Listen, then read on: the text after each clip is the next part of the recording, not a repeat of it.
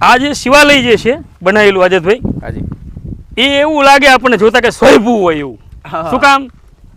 લોકોને પ્રતિબિંબ એવો થાય કે આ સ્વયંભૂ છે, કારણ કે એક શિલા છે પથ્થરની આખી નીચેથી નથી, બરોબર? એ શિલામાં જ એમને આખે ઉપેરીને આ શિલા હશે ઓછામાં ઓછી જાજી નહીં ને આજતભાઈ, એ વખતના સમયમાં આટલી ઊંચી હશે, બરોબર?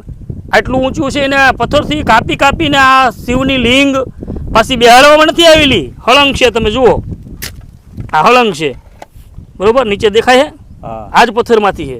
આ એનું થાળું છે, અહીંયા નળી છે, પછી અહીંયા તમે જુઓ ગૌમુખ છે. પછી એ સિવાયનું આજતભાઈ આ શિવનું ધનુષ બનાવેલું છે. મોટાભાગની શિવલિંગમાં આપણે ક્યારે આવું નહીં તમે દ્રશ્ય જોયું હોય કે આપણે દર્શક મિત્રોને જોયું કે શિવની આગળ એનું શિવનું ધનુષ્ય. શૈલેષભાઈ તમે જોયું રામેશ્વર મહાદેવ એટલે ધનુષ અને તીર, એનો મતલબ શું ખબર છે? શિવ અને રામનો અહીંયા સંયોગ કરેલો. હા, સંયોગ કરેલો છે. અને જો તમે તીર છે, ધનુષ્ય છે, અને આ એમના એક ચરણ પણ પધરાવ્યા છે, ચરણ ચિહ્નો છે. એની નીચે તમે જો પથ્થરના ચિહ્નો, અને આ છે કમંડળ.